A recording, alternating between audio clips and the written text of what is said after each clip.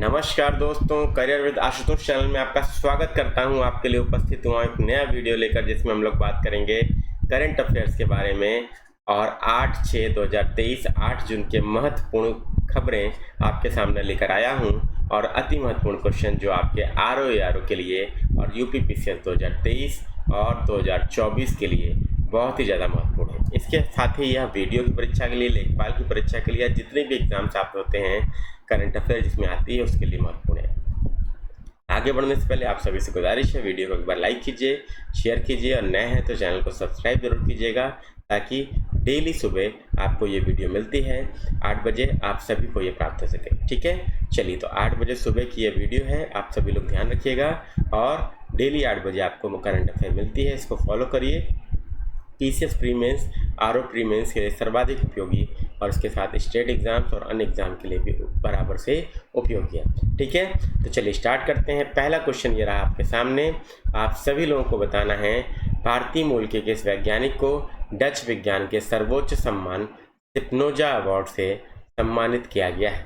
Which scientist of Indian origin has been awarded the highest honour in Dutch science, Spinoza award.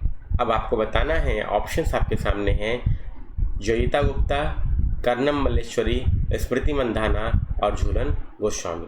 आप सबको बताना है बेटा, और नाम को अगर आप लोग ध्यान से देखेंगे तो आप लोग सही उत्तर पर बहुत ही आराम से पहुंच जाएंगे। ठीक है, तो चलिए देखते हैं क्या इसका सही उत्तर रहेगा। तो इसका राइट आंसर है जोयिता गुप्ता, बिल्कुल सही आंसर है। चलिए इनके बारे में जानते हैं कुछ महत्वपूर्ण जानकारियाँ। और देखिए, स्मृति मंधाना, झूलन गोस्वामी, ये सभी क्या है बच्चों, आपके इस किसी विशेष स्पोर्ट्स से जुड़े हुए हैं। तो आप सबको पता है किससे जुड़े हैं, क्रिकेट से। ठीक है, ध्यान रखिएगा, तो ये आपका हो नहीं सकता। और कर्नम मल्लेश्वरी किससे जुड़ी है, ये आप लोगों को कमेंट बॉक्स में कमेंट करके बताना है बेटा। ठीक है, ये भी आपके साइंटिस्ट तो नहीं है। ठीक, चलिए तो ये तो श्योर है, लेकिन किससे जुड़े हैं, किस क्षेत्र से, तो ये आप लोगों को कमेंट बॉक्स में कमेंट करके बताना है। चलिए आगे बढ़ते हैं, कुछ जानते हैं इनके बारे में। भारतीय मूल की प्रोफेसर जोयिता गुप्ता को, देखिए जोयिता गुप्ता को उन 2 वैज्ञानिकों में शामिल किया गया है जिन्हें प्रतिष्ठित स्पिनोजा पुरस्कार के लिए नामित किया गया है, जिसे डच नोबेल पुरस्कार के रूप में भी जाना जाता है। इसकी घोषणा बुधवार को की गई। अब देखिए, ये स्पिनोजा गुप्ता, ये आपके जोयिता गुप्ता जी हैं, जो आपकी यहाँ पे मैंने इमेज के फॉर्म से आपको दिखाया है, और भारतीय मूल के प्रोफेसर हैं और डच नोबेल पुरस्कार से उनको सम्मानित किया गया, जिसे स्पिनोजा अवार्ड भी कहते हैं। एग्जाम के लिए इंपॉर्टेंट है बच्चों।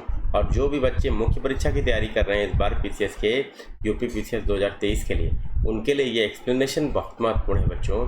और ये डच के नोबेल पुरस्कार के रूप में जाना जाता है, ये भी इम्पॉर्टेंट है। और ये भारतीय मूल की प्रोफेसर हैं, ये भी आपके लिए इम्पॉर्टेंट है। तो 2 क्वेश्चन आपको अतिरिक्त यहाँ पे मिल गए। और आरओ 2023 के लिए, यूपीपीसीएस 2024 के लिए, और जितने भी आपके एग्जाम हैं, वीडियो, लेखपाल जो आपके लगे हुए हैं, उन सब के लिए बहुत उपयोगी है। आगे बढ़ते हैं बच्चों। नेक्स्ट क्वेश्चन ये रहा, बताना है आप सभी बच्चों को, अपनी खुद की इंटरनेट सेवा शुरू करने वाला देश का पहला राज्य कौन सा बन गया है। Who has become the first state in the country to start its own internet service. आप सबको बताना है, जल्दी से बताइएगा राइट आंसर क्या है। केरला, त्रिपुरा, आंध्र प्रदेश और राजस्थान। तो फटाफट आंसर करिए, बताइए इसका सही उत्तर क्या होगा। सभी बच्चे लोग बताएंगे बेटा, और राइट आंसर क्या है, सबके आंसर आने शुरू हो जाने चाहिए। ठीक है, तो देखते हैं राइट आंसर क्या है। यहाँ पर आप सभी बच्चों के लिए राइट आंसर देखिए केरल है। ठीक है, तो Kerala is the right answer. Kerala आपका जितने भी मानव विकास सूचकांक है उसमें सबसे आगे रहता ही है, लेकिन अब टेक्नोलॉजी में भी, प्रौद्योगिकी में भी सबसे आगे आपका होने लगा है। ठीक है, तो अपनी खुद की इंटरनेट सेवा शुरू करने वाला पहला राज्य बन गया है। ठीक है, तो अब आप देख सकते हैं इस तरीके का यहाँ पे क्या है बच्चों, इंटरनेट आपका यहाँ पे शो किया जा रहा है इस तरीके से इमेज के माध्यम से, और खुद की इंटरनेट सेवा शुरू कर दिया है केरल ने। आगे बढ़ते हैं बच्चों। अब ये केरल के मुख्यमंत्री हैं, आप सबको पता होगा, पिनरई विजयन। आपको नाम पता है बेटा, ये सीएम है केरला के। ठीक है, और मैंने आपको नाम भी बताया। इसके बाद Kerala internet connecting the unconnected, ये इसका क्या है बच्चों, थीम है। और के फोन सिक्योर्स आईएसपी लाइसेंस। ठीक है, तो के फोन आपका क्या है, बेसिकली केरला का ऑप्टिकल फाइबर नेटवर्क है, ये ध्यान रखिएगा, इंपॉर्टेंट है, ये इसका नाम है। आगे बात कर लेते हैं इसके बारे में कुछ महत्वपूर्ण डिटेल। तो केरल देश का ऐसा पहला और इकलौता राज्य बन गया है जिसके पास अपनी खुद की इंटरनेट सेवा है। सोमवार को सरकार ने अपने स्वामित्व वाली केरल फाइबर ऑप्टिक नेटवर्क नाम से सेवा शुरू की है और ये सेवा का नाम है जो आपका एग्जाम में आ सकता है। और केरल के मुख्यमंत्री का नाम भी आपके लिए महत्वपूर्ण है जो मैंने आपको बताया। ठीक है, तो एक प्रश्न जो है वो अकेले एक प्रश्न नहीं है, 2 से 3 4 प्रश्न आपका लिए हुए हैं बच्चों। तो ऐसे ही तैयार करेंगे तो तभी आपका जो है समझिए सिलेक्शन का चांस बनेगा। ठीक, नेक्स्ट आगे बढ़ते हैं। संयुक्त राष्ट्र सुरक्षा परिषद में 2 वर्ष के कार्यकाल के लिए कितने देश चुने गए? How many countries have been elected to the United Nation Security Council for a 2-year term? बताना है आपको 5, 9, 10 और 7। तो देखते हैं राइट आंसर क्या है बच्चों। तो राइट आंसर आपका 5 है। 5 देश चुने गए हैं। तो कौन कौन से हैं चलिए देख लेते हैं।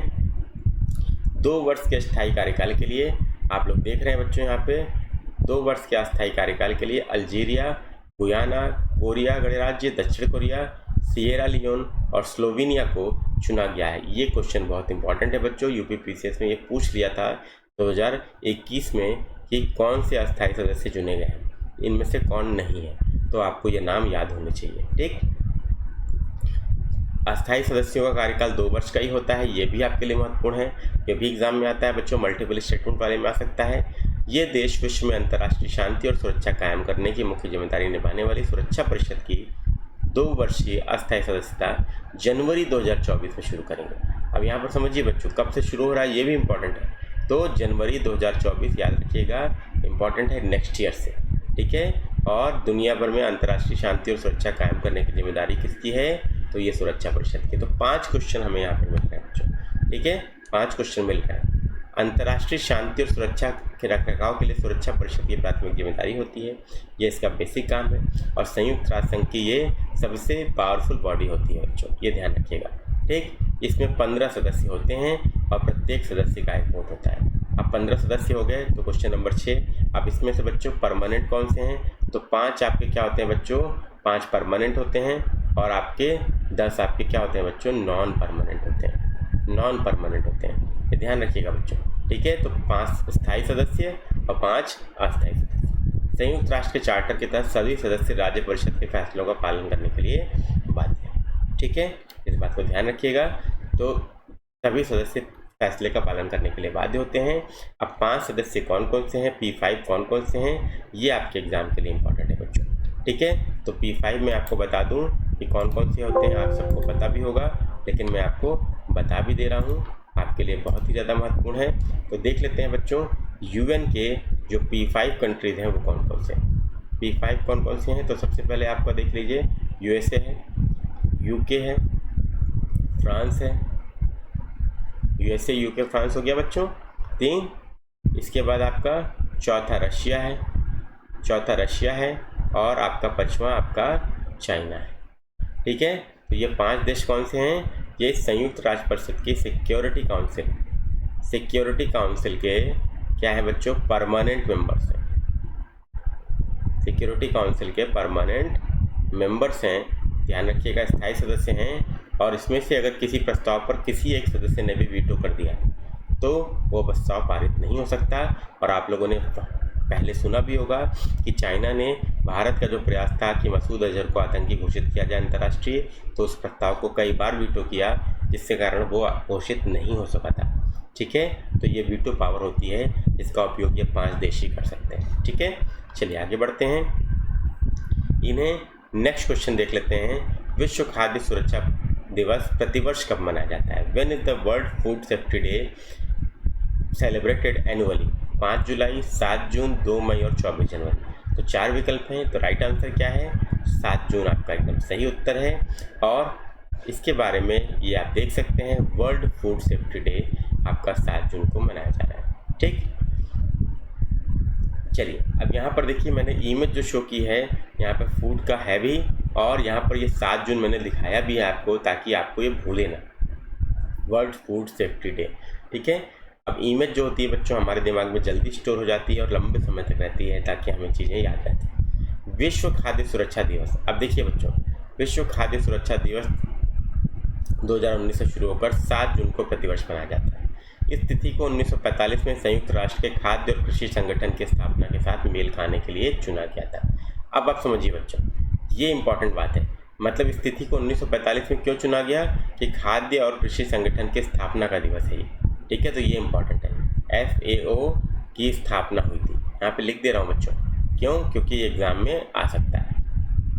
ठीक है, और जो खाद्य सुरक्षा को बढ़ावा देने में महत्वपूर्ण भूमिका निभाता है। ठीक है, तो यहाँ पर बच्चों ये शुरू कब से हुआ, ये भी आ सकता है मल्टीपल स्टेटमेंट में, 2019 से, और प्रतिवर्ष 7 जून को मनाया जाता है 1945 से। क्या है बच्चों? खाद्य 1945 में FAO की स्थापना हुई थी। ठीक है, ये आपके लिए इम्पोर्टेंट है। ठीक है, 1945 में। क्लियर है? इसीलिए बच्चों ये शुरू किया गया है। तो 3 प्रश्न हमें यहाँ पर फिर से मिलते हैं बच्चों। तो आप देख रहे हैं कोई भी प्रश्न अकेला नहीं है, 3 से 4 क्वेश्चन, 5 क्वेश्चन आपको मिल ही रहे हैं अतिरिक्त।